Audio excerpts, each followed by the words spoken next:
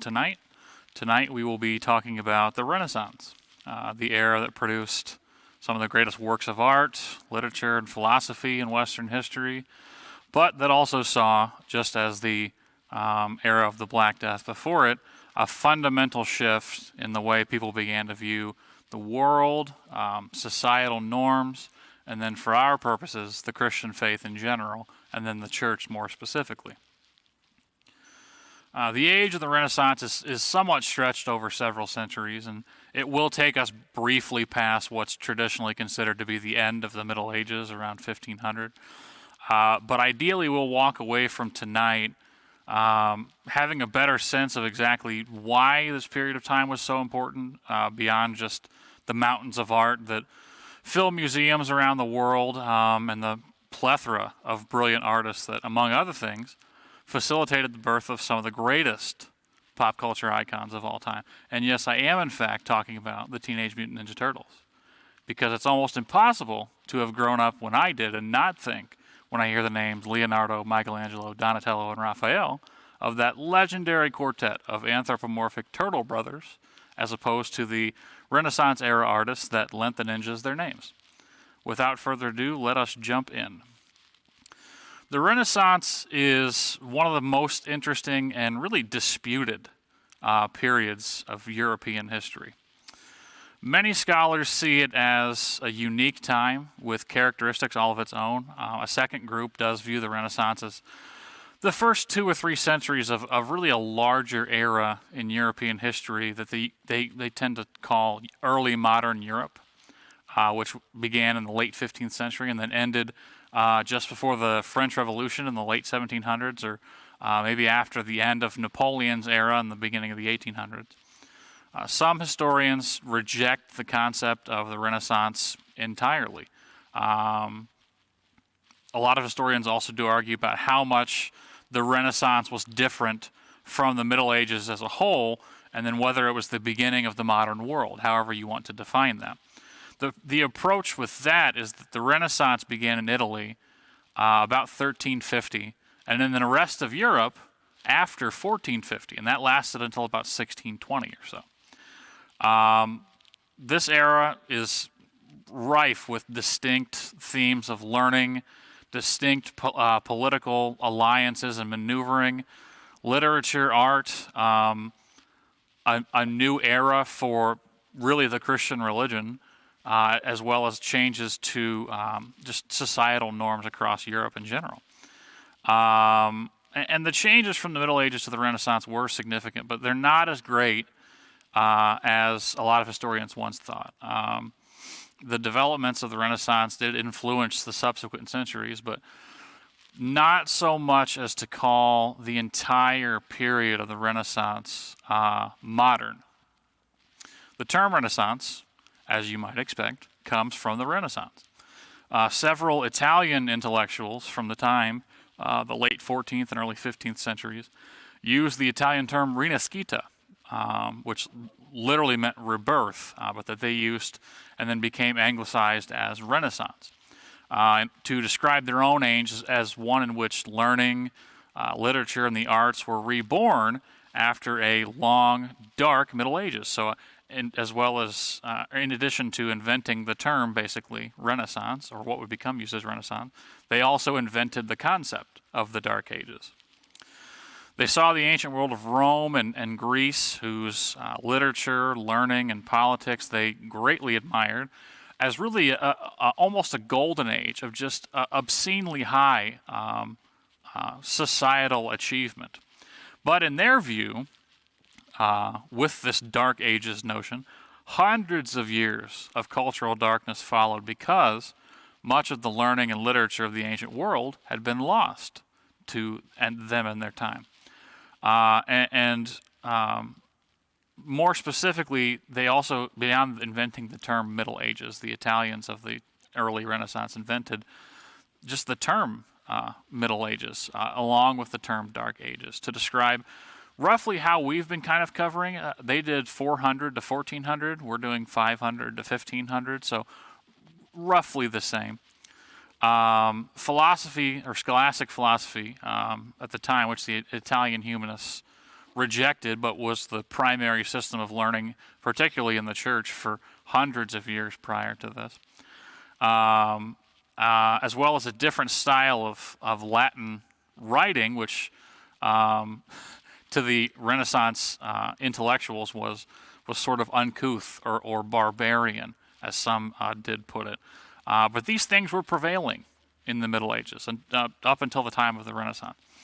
But these Italian humanists believed that a new age was dawning. In their view, to name a couple of examples, the painter Giotto and the early writer and humanist Petrarch led this beginning of the edge of this rebirth or Renaissance. Northern Europeans of the later 16th century also reached the conclusion that a new age had dawned. They accepted, as a whole, the historical periodization, for lack of a better way to put it, of ancient, medieval, and Renaissance. They invented them and then accepted them as gospel, essentially. And then they added a religious dimension. You have, for example, Erasmus, the great Dutch humanist, and his followers looked back at two ancient sources for inspiration, and those were the secular learning of ancient Greece and Rome, but then also what the church looked like in the first 4 centuries. The former, the Greeks and the Romans, offered models of literature and culture and good morality, while the latter, particularly the New Testament and the church fathers, such as Augustine or Jerome, combined just pristine early Christian theology with that same sort of ancient eloquence that the Greeks and the Romans had. But then medieval culture became barbaric. It replaced this ancient eloquence, and in their view, the era of scholasticism that came about in the church pretty much just obscured the message of the New Testament. Erasmus and his followers dedicated themselves to restoring good literature, which in their eyes was classic Greek and Latin, as well as good religion, which meant to them that Christianity would be purged of the irrelevant study habits of scholasticism, and then also moral and authoritarian clerical abuses. They believed, these humanists did, that Christians could best live moral lives and really attain salvation in the next life. But yes and no on that, by following both Cicero, so the ancients essentially, and then the New Testament. It's not right to say that they believed you could be saved by reading the works of Greece and Rome over and against the Bible. Rather, it's better to say that the virtues that they saw being espoused by the Greeks and the Romans were integral to a fuller understanding of Christian morality. The majority of scholars view the early humanist and writer Petrarch that I mentioned as the first important figure of the Renaissance. He established a habit that would be followed by many other intellectuals to come of strongly criticizing basically all of the things that had become habit in the medieval world. Habits of thought were inadequate. Ancient ideals and literature were the real models to emulate. By around somewhere between 1400 and 1450, numerous Italians had agreed with this criticism of the Middle Ages and then lent their support to this idea of a classical revival.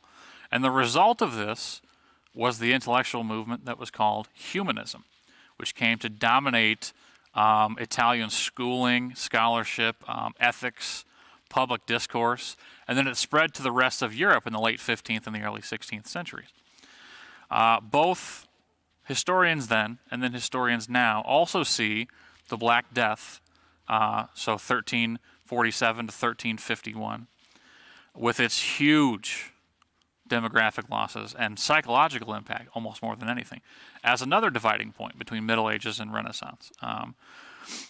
You also have between 1450 and 1500 a series of major political changes that were unique to the Renaissance. Spain, France, England, all emerged as powerful territorial monarchies in the last quarter of the 1400s.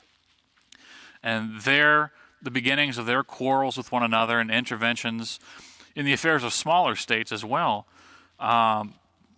through the next really 150 years, came to dominate European politics.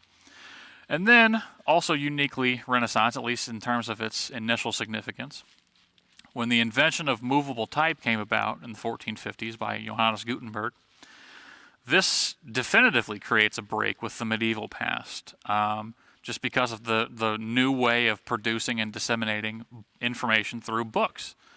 And really, it's almost not possible to really fully grasp the significance of the printing press.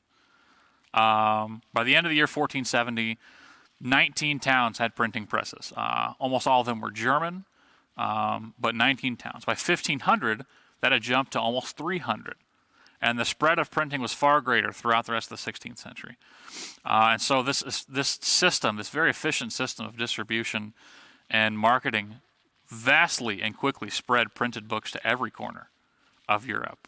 The greater availability of books for both common people and then also, the wealthy and educated, had an impact on basically every area of life, especially intellectual and religious life. So really immense as to be beyond measurement almost.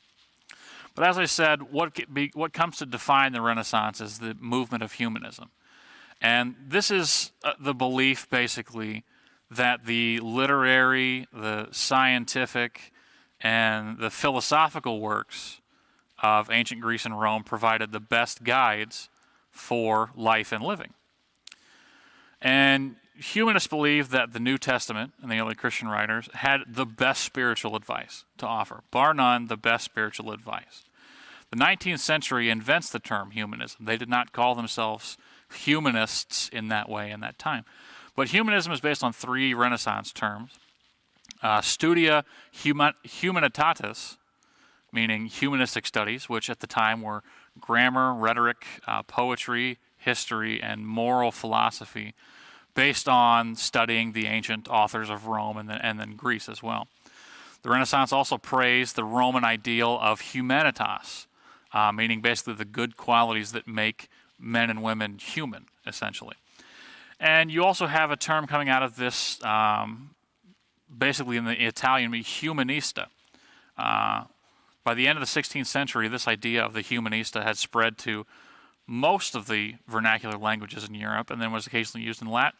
So a humanista basically would have been a student, a teacher, or a scholar of the humanities, the broader idea of the humanities.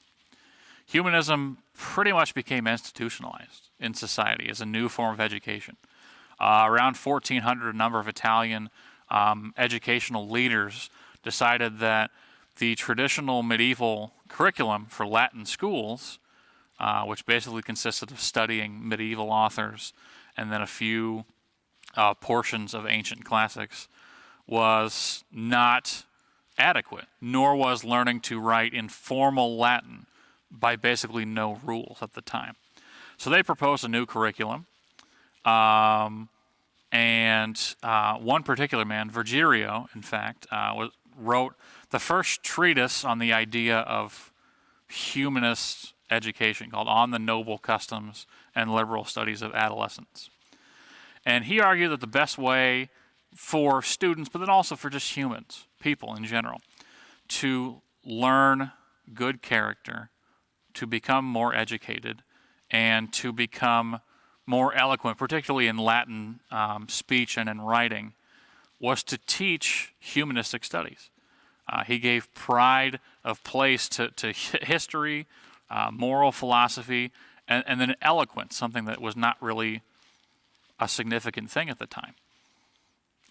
Boys trained in humanistic studies that would be ready to become, as they were for the Romans and the Greeks, honorable leaders of society. And so this treatise that Virgilio writes has a ridiculous amount of residence. More than 100 different manuscripts can still be found to this day in Italian libraries. And 30 editions of it were printed in the 100 years between when it was written in 1402 or so and 1502. And humanism was more than just skill in ancient classics and knowing better Latin. It tried to teach the idea of living a moral, responsible, successful life really, on this earth. Parents came to believe that a humanistic education would best prepare their sons, and then some of their daughters as well, for leadership positions, such as the head of a family, member of a city council, judge, administrator, teacher. And humanistic studies provided that fundamental education. Training in the disciplines like law and medicine and philosophy or theology came later for those who really needed them. By about 1550, anything between the English clergyman, the French lawyer, the German knight, or the Spanish courtier, or the Italian merchant, basically have the same intellectual heritage by this point. They can communicate across national borders and despite linguistic differences. They shared a common fund of examples, principles, and knowledge that they brought from the classics, from the study of the classics. And so humanism brings intellectual unity to Europe at a time when it was very disunited. Humanism also included a very critical attitude, which is perhaps what we more commonly think of with humanism, towards values, individuals, and institutions that had been received by people. So not things that they had sought out, but things that they had been left to them, especially those that didn't live up to their own principles. So the humanist study of Greece and Rome gave them really the perspective through time, with the chronology of time, and then also just the intellect to analyze, to criticize, and then change as we come to see their own world. Humanists would especially question the institutions and the values that they had inherited from the Middle Ages. They found fault with almost everything: medieval art, government, philosophy, the medieval approach to the Christian religion.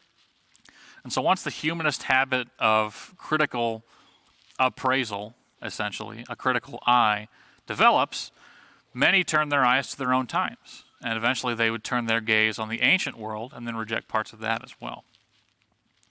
But aside from just humanism, what is the Renaissance best known for? Art, obviously. The Renaissance produced an extraordinary amount of art, and the role of the artist became different from that in the Middle Ages.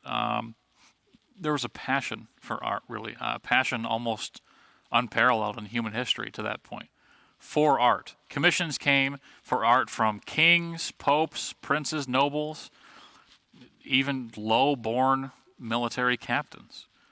Leaders commissioned portraits of themselves, of scenes of their accomplishments, of things like successful battles, and then of their illustrious ancestors. Cities wanted their council halls decorated with huge murals and frescoes and tapestries. Monasteries and churches commissioned artists to paint frescoes such as this, The Creation of Adam by Michelangelo, in cells and the facilities of the monasteries that would inspire the monks to become more devoted. And then just in general, civic, dynastic, and then religious leaders as a whole hired architects to erect buildings at enormous expense to really beautify the city, and sometimes to serve as semi-public residences for these leaders. And so this art was, if nothing else, designed, or at least commissioned by the highest levels, to celebrate and impress themselves. A remarkable feature of Renaissance art was the development of the interaction between patron and artist.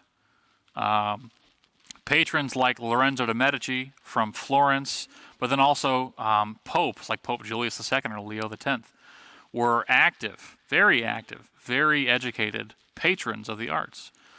So they proposed a number of programs or instructed humanists to do it for them, for the arts to follow, for the arts to adhere to, the artists in particular. At the same time, the results show that even though they had come up with programs to try to keep them in the bounds of, they did not stifle their originality or their creativity. Men and women of many social levels, all social levels really, had an appetite for art. The wealthy merchant wanted a painting of Jesus, Mary, or saints with small portraits of members of his family praying to them for his home. Another nobleman might provide funding to decorate a chapel in his parish church, honoring the saint for whom he was named. Members of the middle classes, and probably of the working classes, wanted small devotional paintings. And so to meet the demand, really enterprising merchants organized essentially the mass production of devotional images, specifically things like Mary, Jesus crucified, or patron saint, and then specifying the type of image, the design, the color, and the size. It's not possible to know how many devotional paintings were produced because almost all of them have been lost to time. But the major art forms, like the major paintings and the sculptures and the buildings, have attracted the most attention. But works in the minor arts, things you might not think of, like furniture making, smithing silver and gold objects, small metal works, household objects, ceramics, priestly garments, were also produced in great abundance. And so these new styles have the same source, as most things do in this time.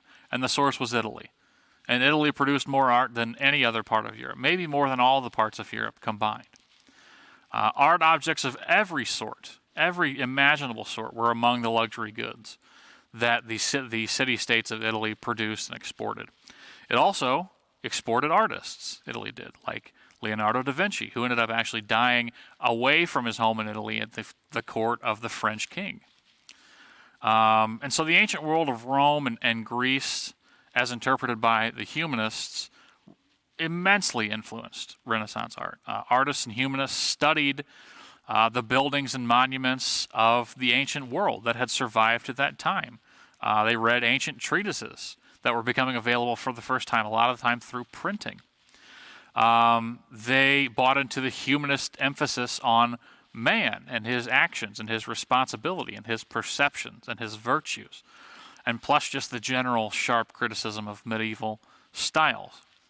And so, stimulated by the Greeks and the Romans, these Renaissance artists were also the first in really Western history to write extensively about art and then also about themselves. You see in Giorgio Vasari's Lives of the Artists, the first biographies of artists, not biographies singular, had happened before. The first plural biographies in one volume. And they were of Renaissance artists accompanied by his own comments about their artistic styles. And so it was the first history of art, really, to put it that way. And so the social and then the intellectual position of the artist changes throughout the Renaissance. The artist began as a craftsman, an artisan, essentially, occupying a relatively low social position, and then tied to a guild more often than not. Someone who followed local traditions and then produced paintings for local patrons at best. And then the artist went from this to becoming a self-conscious creator of original works with complexity. Someone who spoke with humanist intellectuals and then negotiated with kings and popes. And the most successful artists enjoyed wealth and honors beyond imagination for some, such as the Italian artist Titian being knighted by the Holy Roman Emperor Charles V in 1533.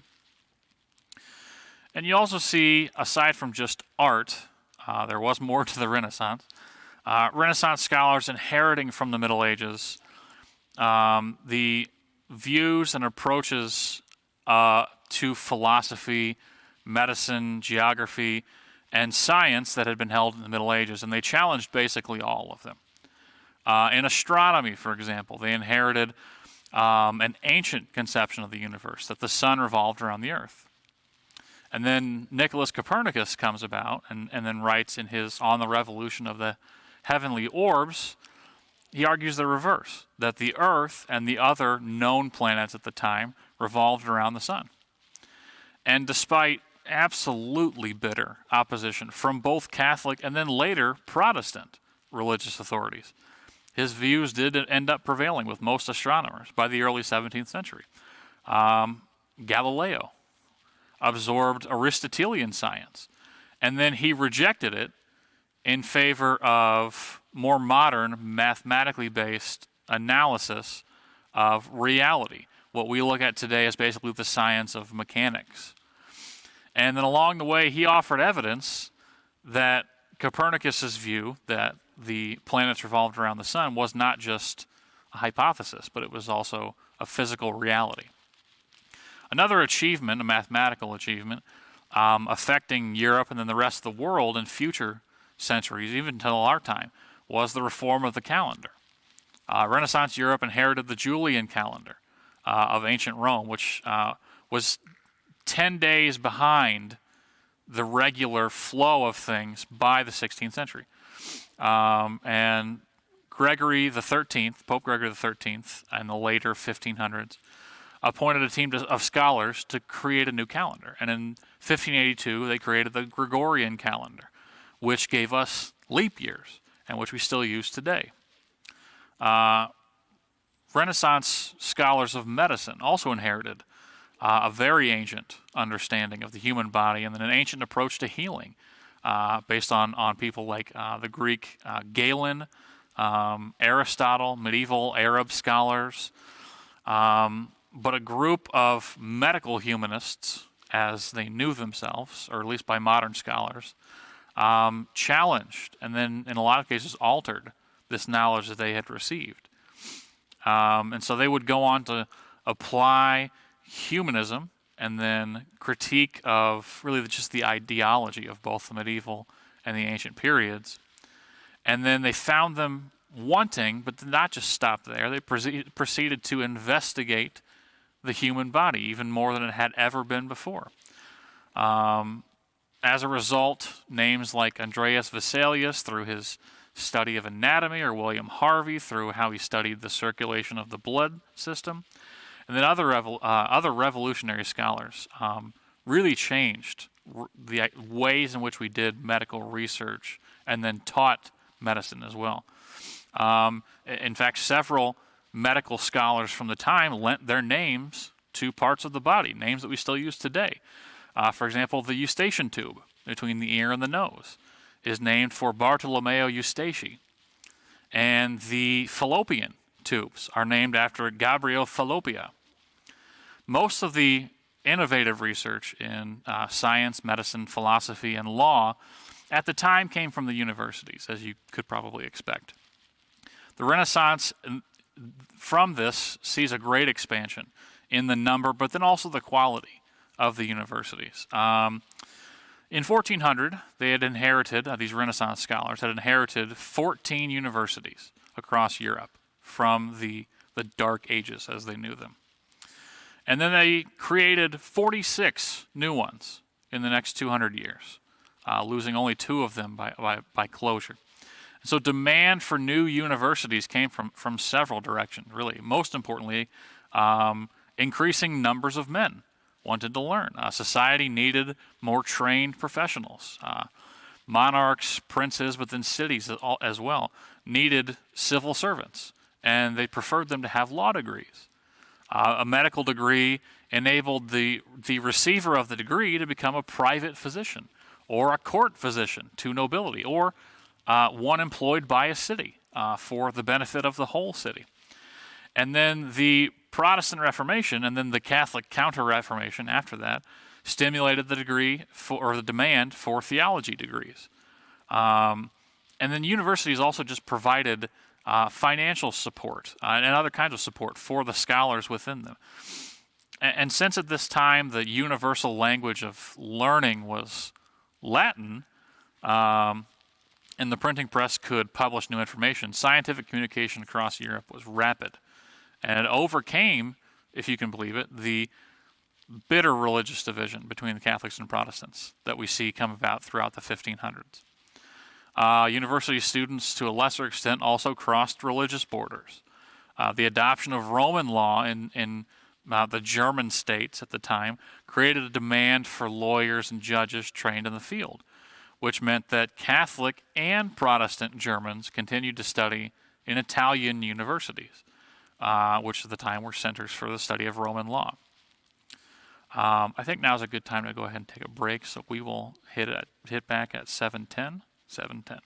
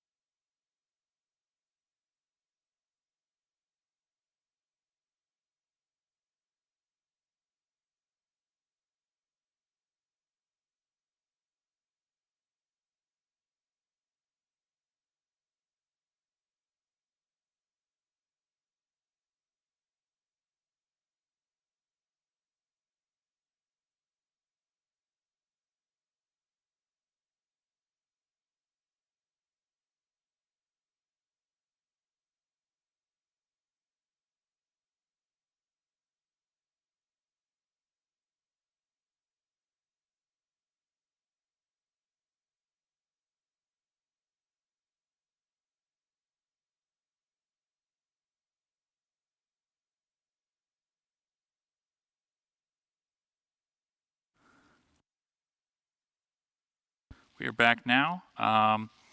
One thing I wanted to get in before our break, but I didn't want us to run over, is also the significance of what is known to historians as the Age of Discovery. The Age of Discovery here in the time of the Middle Ages and the Renaissance is an era in which Europe as a whole, for the first time, became truly aware that there were other continents besides Europe, Africa, and Asia. Individuals knew, or individuals at least had guesses throughout history, but this was the first time that the whole of Europe really understood there were more than 3 continents. And so the extensive overseas exploration that followed this, which was led, the tip of this spear were the Portuguese and the Spanish, emerged as a obscenely powerful factor in the development of European culture to come. Most notably, the European rediscovery, because if you remember, the Vikings discovered the Americas first, the European rediscovery of the Americas.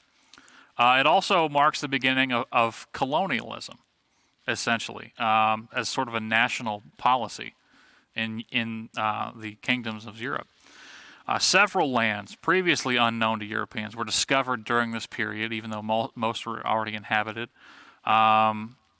European exploration outside of Europe and the Mediterranean more specifically started when the Portuguese discovered the Madeira and Azores archipelagos, islands, and then discovered lands along the west coast of Africa until the establishment of the Portuguese sea trade route around Africa to India in 1498 by Vasco da Gama. And then Spain, almost in response to this, but at least at the same time, sponsored the transatlantic voyages of one Christopher Columbus to the Americas between 1492 and 1504. Christopher Columbus, by the way, was actually searching for a faster route to access the cinnamon trade in India. So we might not have wiped out the Native Americans if not for cinnamon. As well as also the first circumnavigation of the globe between 1519 and 1522 by Ferdinand Magellan, even though he died on the expedition. And so these discoveries led to numerous naval expeditions across the Atlantic, the Indian, and the Pacific Oceans, land expeditions in the Americas, in unknown places of Asia, so Southeast Asia, the islands, Africa, and then Australia that continue into the late 1800s. Followed by our eventual exploration of the North and South Poles in the beginning of the 20th century. And so with this overseas exploration, we see the rise of global trade and then the development, as I said, of the European colonial empires with the contact between the Old World and the New World, as well as Australia producing what's called the Columbian Exchange after Christopher Columbus, which becomes this wide transfer of different plants, animals, types of food, human populations, free and enslaved, as well as communicable diseases, but just cultural differences in general between the Eastern and the Western hemisphere. And so this allows for the mapping of the world, resulting in a very new worldview, and then also contact with previously unheard of civilizations. At the same time, though, as I said, communicable diseases came with the Old World into the New World. And these two people that had not been in contact with the Old World and had no immunity for this, these decimated the native populations of the lands in which they explored, particularly Native Americans, as I said. And the era saw the enslavement, the exploitation, the military conquest over, and then the economic dominance and spread of European civilization, but then also, more importantly, European technology is what really gave rise to that, by Europe and its colonies over the native populations of those colonies. This is also where we see the first great Catholic missionary movement. You see from here for centuries, explorers and traders are often accompanied by Catholic priests who would, by preaching or by force, Christianize the native peoples of the lands that were being discovered and explored.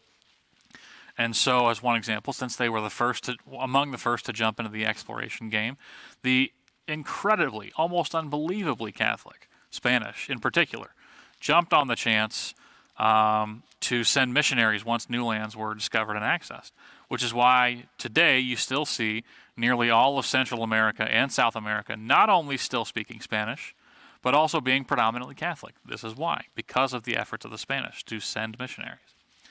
And what had initially started as exploratory efforts to discover new lands in Africa, really just in Africa is how it started, all the way back in the 11th and 12th centuries, gradually becomes the world-spanning age of discovery that has ultimately made the world what it is today. Politically, the Renaissance is, as I said, a mess of differences between the time before it and even the time since the time of the Renaissance. You see in this time, states during the Renaissance have three basic forms of government. You have princedoms, which is an awkward word that I don't care for, monarchies, and then really oligarchies, which at the time they called republics. So princedoms, this is an example of some of the Italian states around the year 1500. A prince, obviously, was an individual in a princedom, that is, regardless of what he was called by, who ruled the princely state with the support of his family. So the term prince meant the authority to make decisions concerning everyone who lived there without any checks on their power by any representative government or constitution or legal court. But the source of this prince's power and the nature of their rule varied greatly. He often had displaced another prince or ruler, city council by force or declaring war, by assassination, and then simpler things like bribery, diplomacy, purchasing it from them, marrying into it, or occasionally because the city invited him in to put down violence and resistance or just factionalism in the city. And most often it was a combination of these things. Once in control, the first thing they would do, almost universally, we see it historically, would be to bring about laws of succession for those that would come after him, to give himself a cloak of legitimacy, almost royal legitimacy, so that his son or another family member might succeed him. And indeed, some inhabitants of the state would see him as a legitimate prince, almost king, depending on how he ruled, and be content to be ruled by him. But this power, this princely power, was not absolute. It was powerful, but it was not absolute. Most princes depended on some kind of accommodation with the more powerful forces of the city or area they were in, typically the nobility or the wealthy merchants. Many of these small princedoms, the smallest ones, depended on the goodwill of more powerful states beyond their borders to survive, and this limited their options in terms of foreign policy. And the prince's rule was always uneasy, which was one reason almost all of these princely states at one time or another relied on hired mercenaries to fight their wars for them, and rather than just a militia of their own subjects. And so however this was achieved, what mattered most was that the prince possessed the power to bring about and enforce laws, to collect taxes, to defeat foreign invaders, to put down rebellion. If the prince commanded the affection and the loyalty of his subjects, the task is obviously easier. And so Italy and Central Europe at this time had an abundance of princedoms, all of which are here, even though the print is tiny. These include the states of Ferrara, Mantua, Milan, Parma, and Urbino in northern Italy, places in the German states like Bavaria, Brandenburg, Burgundy, Luxembourg, Albertine, Saxony, and Württemberg in Central Europe. After princedoms, you have monarchies, and monarchies are what we more customarily knowing this time for. A monarchy was essentially the same thing as a princedom before it, but the difference was it did have legitimacy. It had a much longer tradition of rule before it. It had much stronger institutions. It had greater claims for legitimacy for its rulers. The majority of the monarchies at this time, so England or France, Portugal, Spain, were hereditary monarchies, so passed from father to son most often. While Poland, Hungary, Bohemia, the Holy Roman Empire were elective monarchies. Monarchies typically were obviously larger than princedoms. I mean, you can't argue that France or Spain are larger than the Italian states. And they often ruled subjects that spoke multiple languages, multiple dialects. Monarchies usually developed laws and rules that determined their succession in advance, and would continue to grow in power and size throughout the Renaissance. France, for example, after the conclusion of the 100 Years' War with England, under the Valois dynasty, the House of Valois, became an extremely powerful and rich state, to the point where France, after the end of what's traditionally considered the Renaissance, would become the most powerful state in Europe for a couple of centuries at least. And then you have republics. Republics at this time were the smallest and most unusual political unit, basically just consisting of a major town or city and its surrounding territory of farms and villages. So basically city-states is a better way to understand them. And so usually these towns were in effect ruled by the wealthy. Regardless of who was technically in charge, they were actually ruled by the wealthy. Usually these came up as the merchant community. They would dominate the commerce of the city, and then a lot of times you see throughout the Middle Ages these republics would throw off the authority of princes in smaller cases, or even kings or emperors in larger cases. And then they would create a convoluted and really hard to explain system of interlocking and balanced councils for government. And so it was a government, while confusing, that was balanced. It spread power evenly so that no one person or one family could rule the whole city, by and large. And so even though these were basically ruled by a select few of wealthy men, and were oligarchies in that regard, they did call themselves republic. And so they believed basically their rule was based on the consent of the people who mattered. Not the consent of the people who mattered. So the wealthy. Only about 5 to 20% of the adult males in the city, depending on the republic, could even vote or hold office. Members of government almost always came from the merchant community, manufacturers, bankers most often, and lawyers.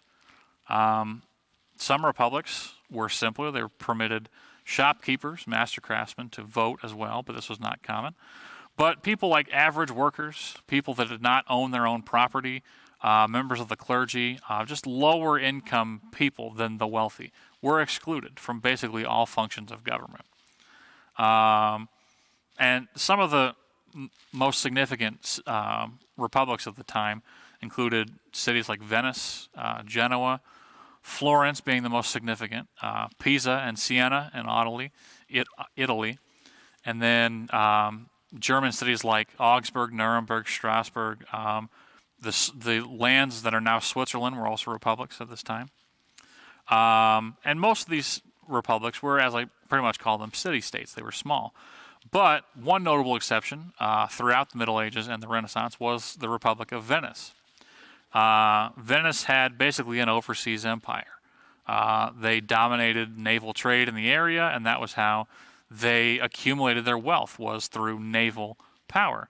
And at the same time as Venice is amassing this naval fortune, Florence's merchants and their bankers are doing the same thing as far as accumulating wealth for the city, purely through international diplomacy and trade. And these cities often participated very forcefully in the politics of the states on the Italian peninsula. And as a just brief aside, this is obviously a modern picture of Florence, but with only a handful of exceptions, really, in buildings that you can't see. Florence has basically looked pretty much like this since the Renaissance, since before the 1300s. It's pretty much looked just like this. And so, as you can imagine, through all of this, there's a constantly shifting political scene in Renaissance Europe. No government was immune to external threats. Almost no government avoided any sort of internal challenges. And some powerful group or individual within the state would most often attempt through force or stealth to take control of the state or change its nature. Many succeeded. It's not so different as things are today or as things have just been historically. It just comes out in very unique ways in the time of the Renaissance. For example, France and the Habsburg dynasty in Spain divided the area of Burgundy between them because the previous prince, was killed in battle and had no male heir, so they just took it and split it. Spain took control of the Kingdom of Naples by military force, not even with a declaration of war. They just took it over with their military. Spain also absorbed Milan, not through force, but as a result of an alliance. Republics like Venice, Florence, Genoa also grew at the expense of their neighbors. These were not the only cities in Italy at this time, but they were just the biggest and most wealthy. And so Venice, as an example, conquered basically all of the independent towns and smaller states in northeastern Italy in the first half of the 15th century, basically to create its own mainland buffer between the rest of Europe. And alliances such as would go into things like this usually came at a price, especially for the smaller states. They wouldn't often have a very independent foreign policy.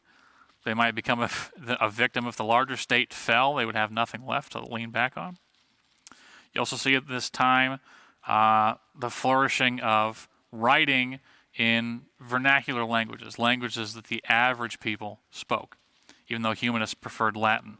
So in around 1400 or so, things we know today like English, French, German, Portuguese, Spanish, these did not exist in writing by and large. People spoke and sometimes wrote their regional languages or dialects with kind of convoluted spelling, multiple vocabulary systems. Nevertheless, thanks to the adoption of the vernacular by the printing press and then also by governments, the printing press in particular, and then the creation of some of the literary masterpieces that it produced,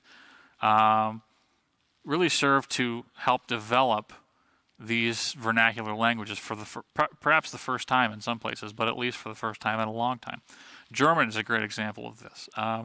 German-speaking lands had many different varieties of German from the Middle Ages that they had inherited. And in the 15th century, you see some of these states begin to use German in writing and education instead of Latin. And so versions of German, at least the ones spoken by these states, associated with them became more influential. The best example of that is East Middle Saxon. And the best example I know of something written in East Middle Saxon is this. This is Martin Luther's Bible. He first translated the New Testament in 1522, and he was finished by 1534. And since Luther wrote in East Middle Saxon, and this became so popular that the printing presses went crazy trying to get it out, this version of German became what is now Standard German. Standard German today came from East Middle Saxon in the Renaissance era. And so you see a standardized German language here developed, and this happens all over Europe throughout this time. At the level of society, the Renaissance, as basically every age before it, was a hierarchy in which the social position of your parents determined your place in society. But it was also very diverse, at least in terms of the roles in which people served, maybe more so than possibly ever before. It was an age of really, honestly, very conspicuous consumption, extreme imbalances of wealth, way worse than we see today. But Renaissance society also did have social services for the less fortunate. You see church institutions, civic institutions providing for orphans, the sick, the hungry, outcasts, like in societies like that, traditionally, outlet castes would be like prostitutes or those with things like syphilis or leprosy. And there are actually a couple of great examples of people who were born into poverty or lower rank, but rose to power. The best example, I think, was the shepherd boy named Antonio Ghisleri at first, who would become Pope Pius V in 1566, going from the level of the shepherd to the level of the leader of the church. And I think more than anything, though, in this time, it's important to note that there was much more cultural and intellectual unity during the time of the Renaissance across Europe than there had ever been in the Middle Ages, and really would be ever again after the end of the Renaissance until the development of the European Union in the late 20th century. And part of this is because a common belief in humanism and humanistic education based on the classics created much of that unity. The preeminence, really, of Italy also helped with a lot of this, because Italy led the way with humanistic education, art, diplomacy. You also see things like the Italian Wars, because of the much of the fighting occurred in Italy, is really just why it's called that. And then also, above almost anything, the Protestant Reformation begins to crack this societal unity across the continent.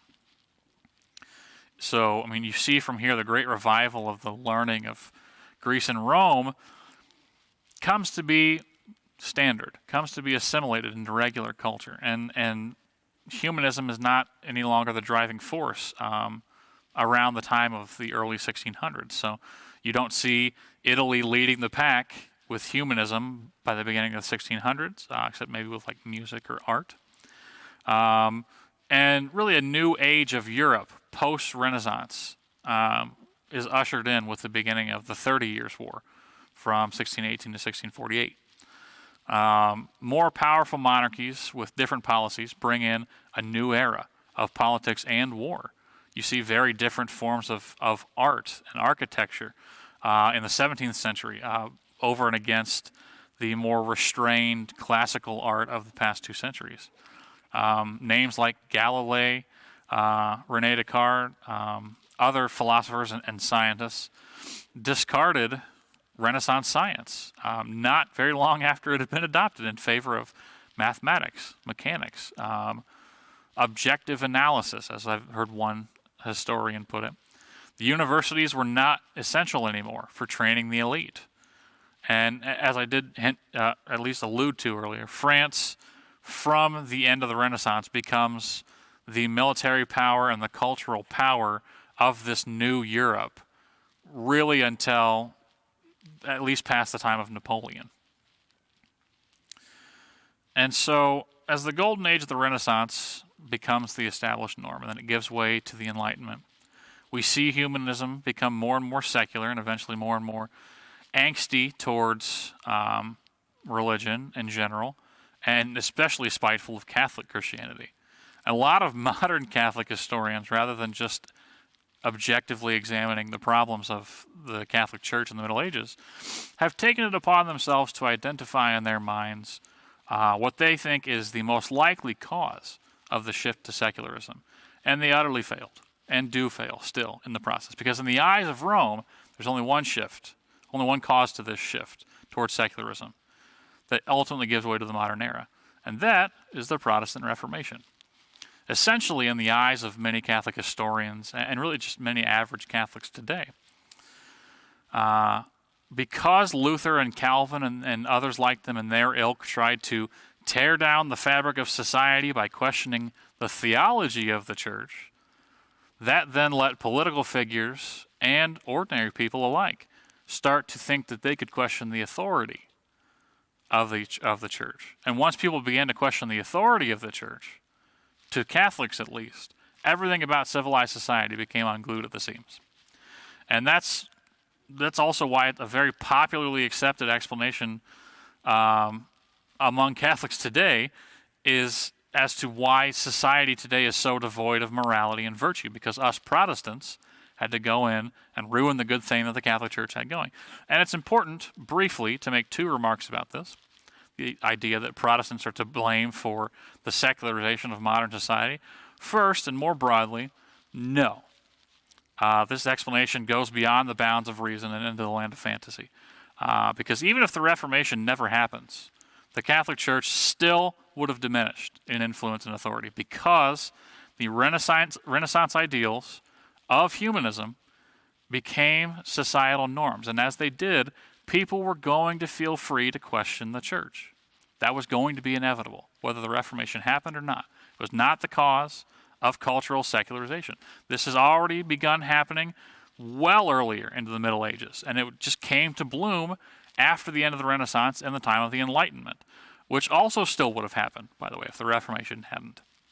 But second, more specifically, it does not take a staggering intellect to look back at history and realize that the Catholic Church, by the time of the Reformation, had by that time spent over 1,000 years consolidating and ultimately abusing its authority.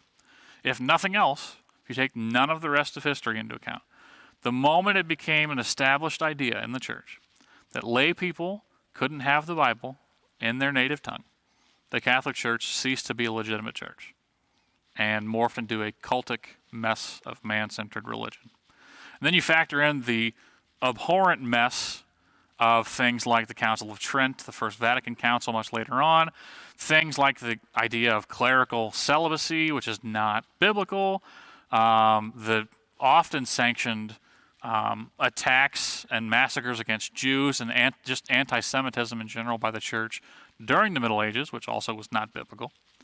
The nightmare that was the Inquisition all across Europe, the calling for the Crusades even, and then more modern issues that we see today, like the issue of the church's finances or the myriad sexual abuse scandals.